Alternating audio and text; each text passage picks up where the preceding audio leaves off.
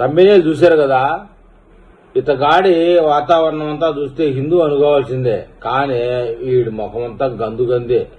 ఇతగాడి గతమంతా ఘనమైన ఘరానా మోసమే. అందరూ నిన్న ఇవాళ వీడి గతాన్ని పరిశీలించి చెప్తున్నారు. ఈ రోజున మీడియా ముందు ఈయన ఒక పెద్ద మేధావి సాత్విక సన్యాసి వేషం కట్టుకుని వచ్చాడు. కానీ పక్కా 420 గాడు. స్క్రీన్ మీద సిద్ధాంతాలు, చరిత్రలోకి వెళ్ళి చూస్తే కేసులు ఫైళ్లు ఒకటి కాదు రెండు కాదు. విజయ విహారం జనహర్ష ఎస్టేట్ అధినేత టీవీ రమణమూర్తి ఏళ్ల తరబడి పోలీస్ రికార్డులో దాగున్న పాత కేసుల ఫైళ్లు, కెమెరా ముందు కనిపించే ముసుగుకి చరిత్ర పేజీల్లో నమోదైన అసలు నిజాలకి సంబంధమే లేదండి. మధ్య ఉన్న తీవ్ర వైరుధ్యాలపై ఒక పరిశీలన. స్క్రీన్ మీద చూస్తే సహనం, శాంతి విలువలు నోరు తెరిచే ప్రజాస్వామ్యం, నైతికత సిద్ధాంతాలు. కానీ వీడి చరిత్ర దొరికితే బయటపడేది డిఫరెంట్, మరో కథ. ప్రజలకు ఒక విచిత్రమైన అలవాటు ఉంది.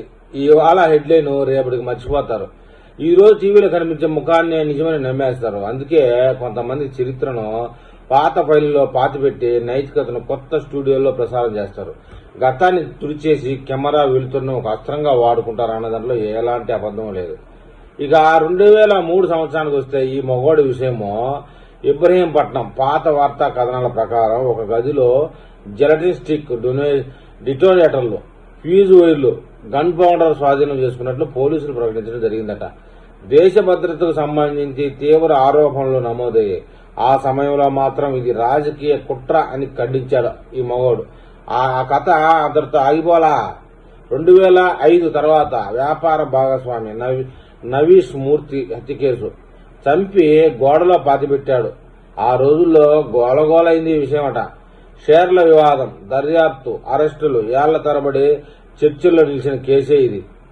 అక్కడ నుంచి భూ వివాదాలు, ఆరోపణలు, భూదాన్ భూముల వివాదాలు, ప్రభుత్వ భూముల ఆక్రమణల ఆరోపణలు, విజిలెన్స్ నివేదికలు, ఎఫ్ఐఆర్ల ప్రస్తావనలు.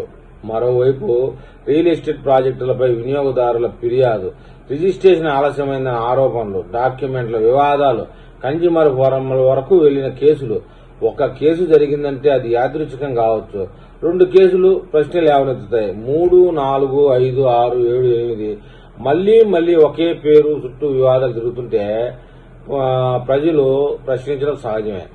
వ్యవస్థ కళ్లు కప్పి తిరగొచ్చామో గాని ఒకే మనిషి చుట్టూ ఇన్ని రకాల బాధితులు, ఇన్ని ఫైళ్లు ముసురుకు రావడానికి యాదృచ్ఛికాలు కారణం కావు. అది ఒక అలవాటు. కావాలని చేస్తేనే ఇలాంటి వ్యవహారం అవుతుంది.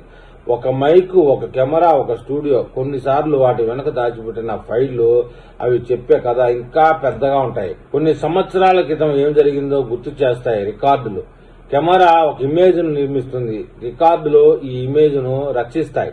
స్టూడియోలో లైట్లు ఆన్ అవగానే పాత మురికి మాయమైపోదు. లైవ్ డిబేట్ లో అరిచే గొంతు ఎంత పెద్దదైనా ఎఫ్ఐఆర్ కాగితాల్లో నమోదైన అక్షరాల నిశ్శబ్దాన్ని అది దాటలేవని చెప్పాలి. ఈ వీడియో ఎవరిని దోషిగా ప్రకటించడం కోసం అయితే కాదు. ప్రజల ముందు నీతులు, సిద్ధాంతాలు బోధించే వ్యక్తుల గురించి మాట్లాడేటప్పుడు వారి పబ్లిక్ ఇమేజ్ మాత్రమే కాదు, వారి చుట్టూ తిరిగి కేసులు, దర్యాప్తులు, ఆరోపణలు, రికార్డులు కూడా ప్రజా చర్చలో భాగమనే చెప్పాలి. స్క్రీన్ మీద కనిపించే ఇమేజ్ ఒకటి, రికార్డులో కనిపించే చరిత్ర మరొకటి. స్క్రీన్ మీద నీతులు చెప్పొచ్చు, చప్పట్లు కొట్టొచ్చు, కొత్త ఇమేజ్ కూడా కనిపెట్టచ్చు. కానీ పాత రికార్డులకు కొత్త మేకప్ అయితే వేయలేరు.